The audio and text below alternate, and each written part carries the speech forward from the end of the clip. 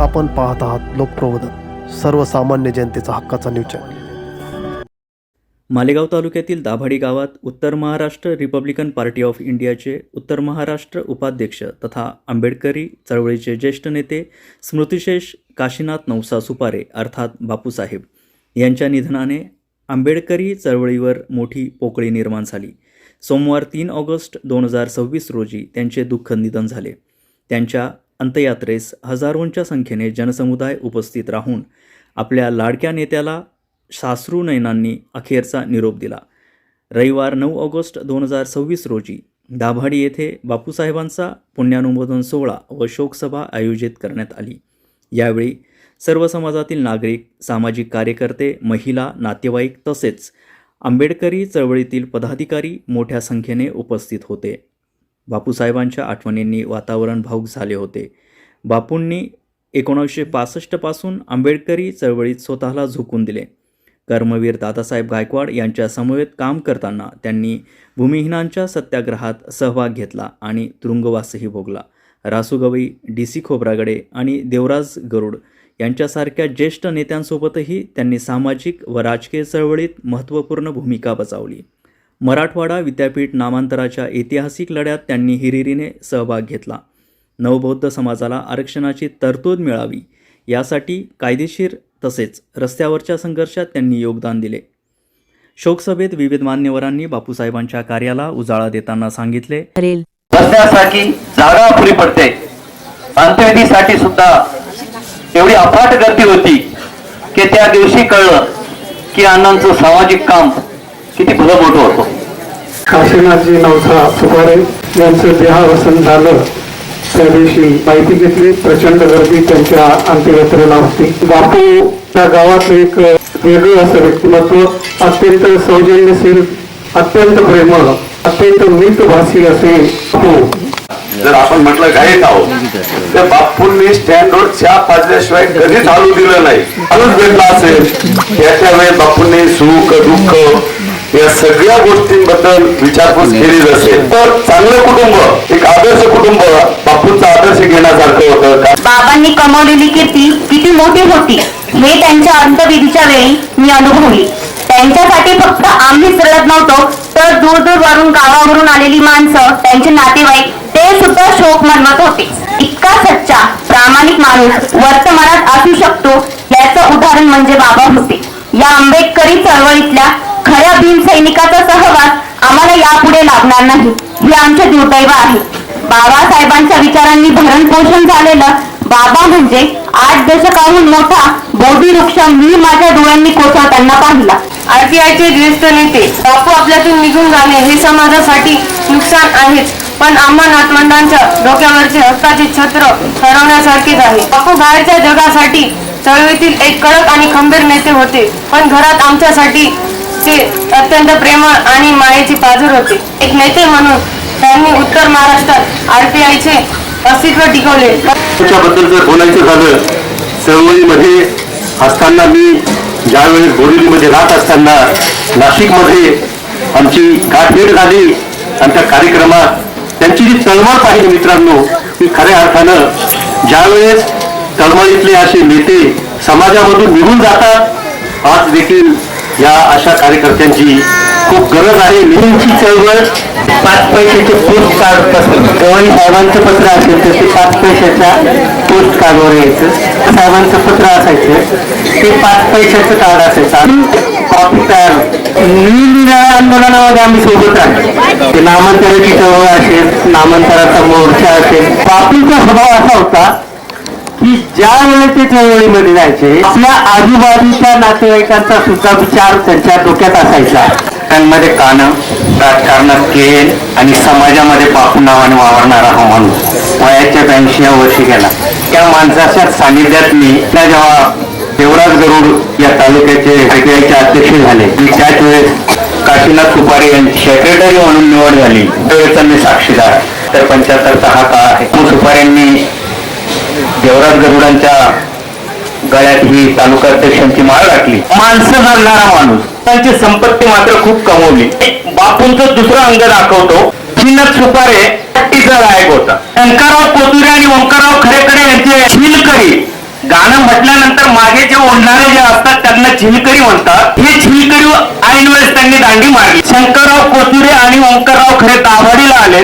काशीनाथ सुपारेंना त्यांनी विनंती केली, आजचा शिरसुंडीचा कार्यक्रम आहे, तू आमच्या बरोबर चल, तुझं काय मानधन असेल ते देऊ. मानधनाचा कधीच भुकेलेला हा माणूस नाही.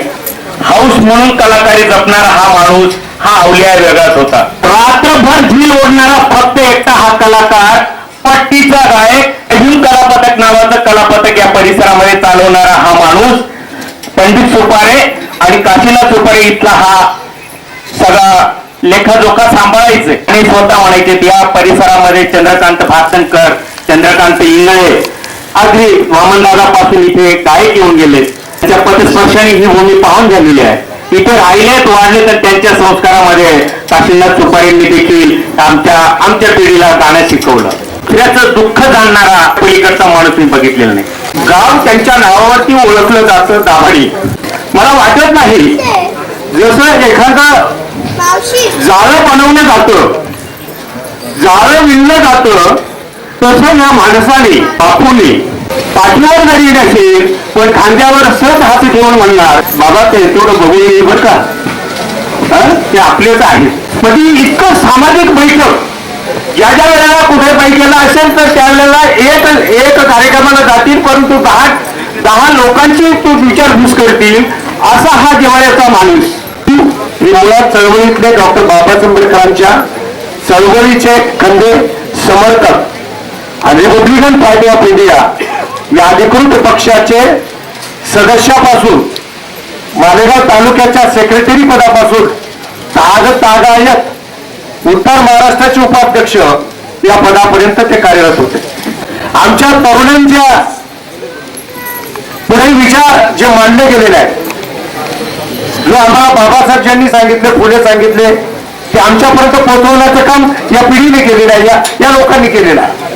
आणि म्हणून आम्ही त्यांच्यासोबत, म्हणजे माझं स्वतःचं भाग्य असं की या लोकांच्या बरोबर काम करण्याची संधी मला प्राप्त झाली. अध्यक्ष म्हणून त्यांनी काम केलं, सर्वांना त्यांनी आता सांगितलं. बाबासाहेबांचे विचारच होते, माझे ते वडीलच अशी समजा.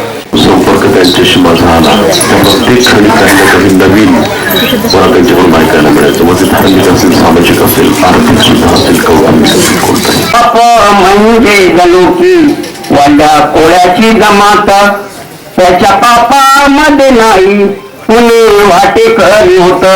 पण आता हे सगळं विचारायला पतंग बसले, फक्त त्यांच्या आठवणी थांबते. माझे सहकारी काशीनाथजी सुपारे, बाबासाहेब आंबेडकरांच्या बरोबर, कर्मवीर दादासाहेब गायकवाडांच्या बरोबर ज्यांची खांद्याला खांदा लावून पुढे गेली, यामध्ये काशीनाथजी सुपारे यांचा श्रेयाचा वाटा आहे. तब्बल 50 वर्ष इतकंच नव्हे तर 7 वर्ष काशीनाथ सुपारे माझ्या सासऱ्यात होते. आंबेडकर चळवळीमध्ये प्रवेश केला तेव्हा दादासाहेब गायकवाड, शांताबाई धाडी आणि माझे परमस्नेही विद्यावाशी दामोदरजी सुपारे त्याच्या नेतृत्वाखाली आधी मालेगाव तालुक्यामध्ये दिल्लीचा मोर्चा असो, नागपूरचा मोर्चा असो, मुंबईचा मोर्चा असो, पुण्याचा मोर्चा असो, याच्यामध्ये काशीनाथजी सुपारे हे सक्रियतेने भाग घेत होते. अशी निष्ठावान, इमानदार, प्रामाणिक माणसं 21व्या शतकामध्ये आंबेडकरी चळवळीमध्ये मला दिसत नाही. काशीनाथजी सुपारे माझ्या सोबत होते. 1962च्या भूमिदानच्या सत्याग्रहामध्ये आधी तेव्हा बॅरिस्टर खोब्रागडेंच्या सभेत नाशिकच्या कारागृहामध्ये होतो, तुरुंगात होतो. त्याच्यानंतर मराठवाडा विद्यापीठ सामंतराच्या चळवळीतही काशीनाथ सुपारे माझ्या सोबत होते. आणि जेव्हा मोरारजी देसाई हे देशाचे पंतप्रधान झाले तेव्हा धर्मांतरित नववर्तांना सवलती देणार नाही अशा प्रकारचा त्यानं वक्तव्य केला. सवलती बंद झाल्या. आधी मोरारजींच्या विरुद्ध दिल्लीला बोट क्लबला प्राणांतिक उपोषण केला. दादासाहेब रावसाहेब आर बोगम, बॅरिस्टर खोब्रागडे, खासदार कुंभारे, शिवराम बोगा अशी मोठमोठी माणसं दिल्लीला बसली. 3 दिवसानंतर इंदिरा गांधी आल्या. आज मी तुम्हाला सवलती देणार नाही, मी सत्तेवर आल्यानंतर तुम्हाला सवलती देते, तुम्ही उपोषण मागे घ्या. सत्तेवर आल्यानंतर आज काग आहे, लोकांना सवलती चालू आहे. हा जो संघर्ष, ही जी लढाई आम्ही केली, या लढाईचं, या संघर्षाचं मूल्य आजच्या भावी पिढीला कळलेलं नाही, समजलेलं नाही, ही दुर्दैवाची गोष्ट आहे. तर किती आहे, त्याच्यावर तुमचं किती प्रेम होतं हे याचं निदर्शक आहे. सुपारे यांनी जे योगदान दिलं, त्यांनी जे आपलं जीवन आंबेडकर चळवळीला समर्पित केलं, अशी माणसं समाजात निर्माण व्हायला पाहिजे. ती आता होणार नाही. 1988 ला मी या ठिकाणी नोकरीला लागलो होतो या हायस्कूलला, आणि माझे लग्न करण्याची तयारी सुरू झाली.